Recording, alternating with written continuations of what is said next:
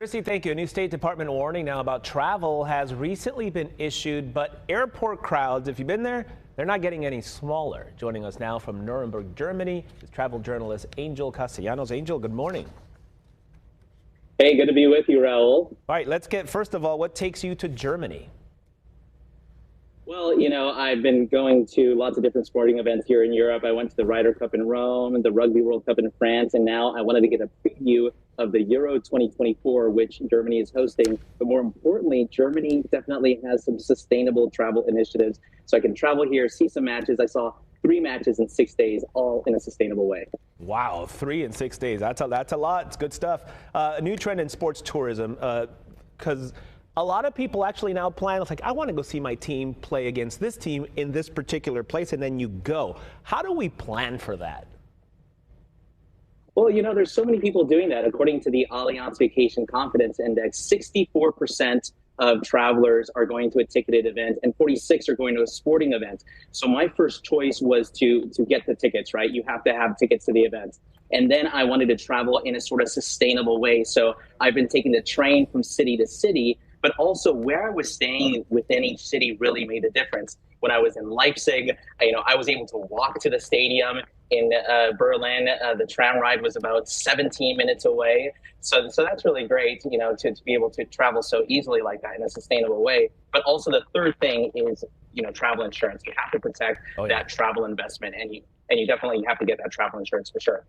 We talked a little bit about that travel warning. So what exactly about this new warning issued by the State Department do we need to be concerned about, depending on where we're going, I'm assuming? Yeah, it really is a nice blanket statement that is a reminder to all travelers to really be careful out there. And it is a warning.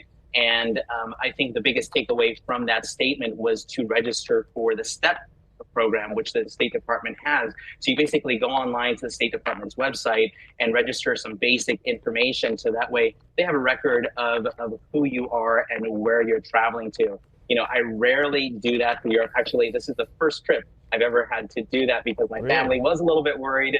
Wow. So, I just took that extra precaution. And then the thing that we always do as a family is we always leave the travel itinerary behind with somebody that we trust, listing our hotels, just a good way of getting a hold of us. That's really smart. What can travelers, you want to prepare, you want to do your due diligence, obviously, to stay safe. What are some good tips for folks out there? Well, I think they really want to look into the destination that they're going to. For example, the matches that I attended here in Germany, security was definitely present. At one stadium in Leipzig, you can't even get in without a digital ticket. They issued no paper tickets, and you're expected to take public transportation. So on game day, your game ticket includes public transportation. So there will be police present at different tram stops and whatnot. So I always tend to look to see what the procedure is in every city that I'm traveling to. Check that State Department website, get that travel insurance. Now, if you're buying an individual policy, my suggestion is that you go a little bit further and get a cancel for any reason policy. I'm glad you brought that up, the increased police presence, because that is more visible in terms of increased security. But so how safe is Germany? You're there now. How safe is it? Do you feel safe? Can you walk around at night and daytime? Yeah, a bunch of us were walking home, from the matches. The matches have been pretty late in Berlin, and in Leipzig, they started at 9 p.m. So I definitely didn't get back, to my hotel till around 11:30, and it's perfectly safe.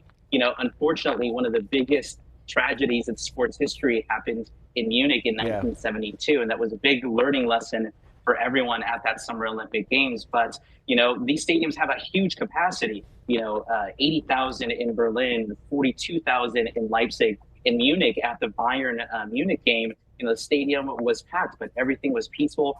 And there's just a procedure here that everyone respects. And I quite really enjoy that here in Germany. I wanted to ask you about the big games and big events coming up in 2024, because you could call this maybe a good practice run.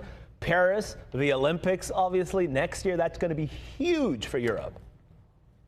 Oh, absolutely. And it's not just that, the Euro 2024 is here in Germany. And also, of course, America's sweetheart, Taylor Swift, is coming back to Europe. She'll have concerts here in Germany, in the UK, France, so she'll be all over the place.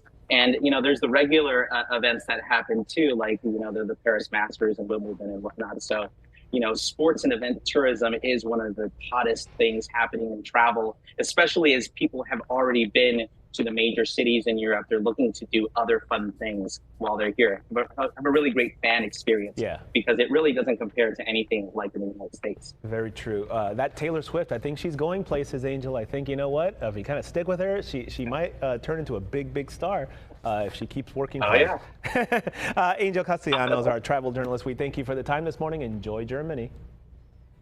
Thanks so much. Happy travels. All right, and of course, if you want to find out more about Angel's travels, you can go to our website, fox5sandiego.com, and click the Scene On tab. We'll be right back.